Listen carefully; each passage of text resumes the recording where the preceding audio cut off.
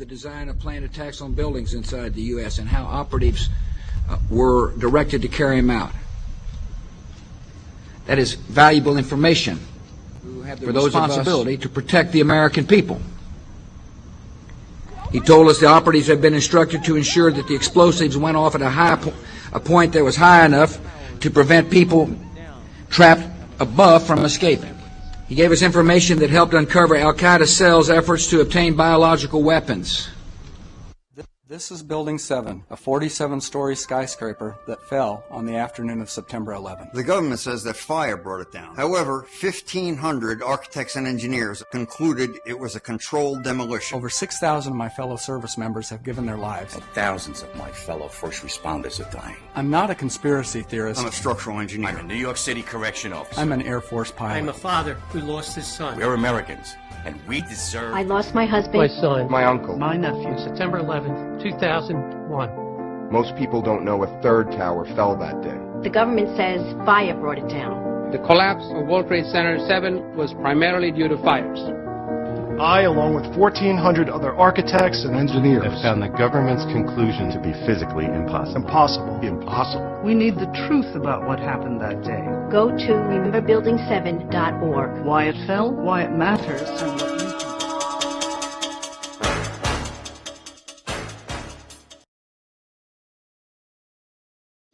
Neighbor from Frankfurt, Germany to New York City, and they put him in charge of their friend company called Kuhn and Loeb. Then they ganged up with other big players by investing in Rockefeller Oil, Harriman Railroads, Carnegie Steel, and Brown Brothers Investment Banking.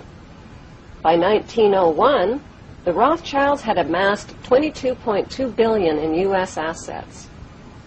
The mayor of New York, John Hylan, called them the invisible government, while Congressman Louis McFadden called them a dark crew of financial pirates who would slit a man's throat to get a dollar. When Woodrow Wilson became President of the United States in 1912, he sold out America. Wilson was backed by Jacob Schiff and Paul Warburg, who worked in the United States as German immigrant agents for the Rothschilds. In 1913, Paul Warburg rewrote the U.S. monopoly rules with the help of Senator Nelson Aldrich. They called the new rules the Federal Reserve Act. With President Woodrow Wilson's blessing, the U.S. Federal Reserve Bank became a privately owned central bank, free of government control. The pirates divvied up the private stock in America's money supply and made Rothschild agent Paul Warburg head of the U.S. Federal Reserve. To collect their bounty, they also created the Income Tax Act and the hated IRS. With the stroke of President Wilson's treasonous pen, the banker gangsters became the Fed in 1913 and have owned a virtual monopoly over the U.S. economy and the taxpayers' money ever since. They can print money out of thin air, control treasury loans, and profit from interest rates. Since their biggest windfalls come from loan profits and weapons sales, wars and death are not only profitable, they're desirable and necessary. Today, American citizens owe these merchants of death approximately $70,000 per citizen.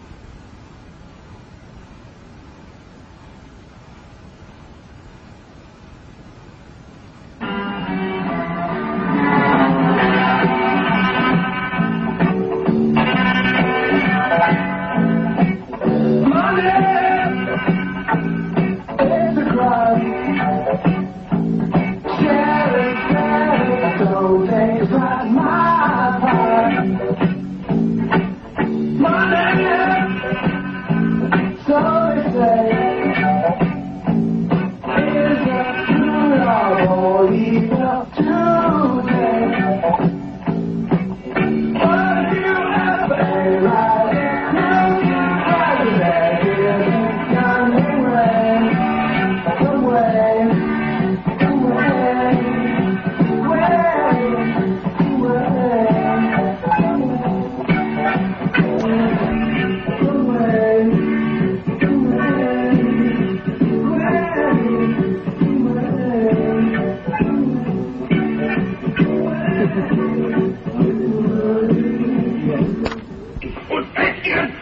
ihren Schultern tragen, den deutschen Staat, das unverschrieben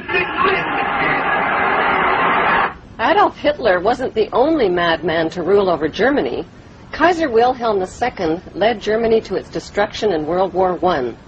Crippled since birth with a useless arm, Kaiser Wilhelm was the grandson of Queen Victoria and the great-uncle of today's Queen Elizabeth II. It was no accident that Kaiser Wilhelm chose Max Warburg as head of Germany's Secret Service. The Warburgs and the Rothschilds controlled Germany's central bank called the Reichsbank, which was founded by Mayer Rothschild.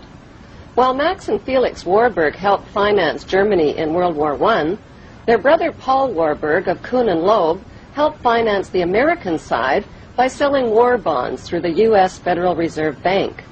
The Rothschild and Warburg printing presses worked tirelessly on both sides of the Atlantic, rolling out debt money.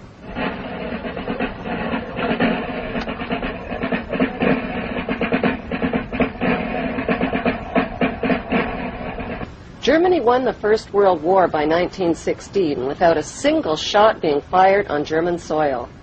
British convoys were blown out of the Atlantic by German subs, the French army mutinied, and the Russian army was defecting. With British Prime Minister Lloyd George up against a wall, Lionel Rothschild and the Jewish Zionists offered the British a deal they couldn't refuse. "We'll bring the United States into the war as your ally and win the war for you," they said, "if you'll promise us Palestine." In April of 1917, President Wilson got the green light and declared war on Germany. Because of overwhelming opposition to the war, Wilson invoked the draft and passed the Espionage Act, forcing Americans to fight or be thrown in jail. Billions of U.S. taxpayers' money was delivered to the British war machine, money that was never repaid. In return, the British government wrote the famous Balfour Declaration and addressed it to none other than Lord Lionel Rothschild. The declaration promised Palestine and Israel to the Rothschild Zionists.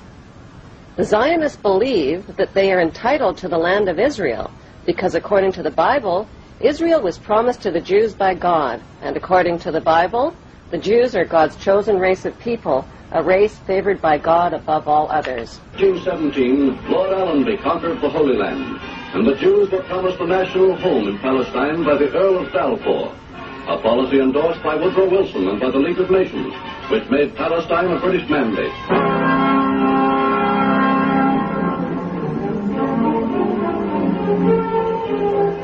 The Versailles Treaty negotiations after World War I were held behind closed doors at the luxurious private mansion of yet another Rothschild family member named Edmund Rothschild.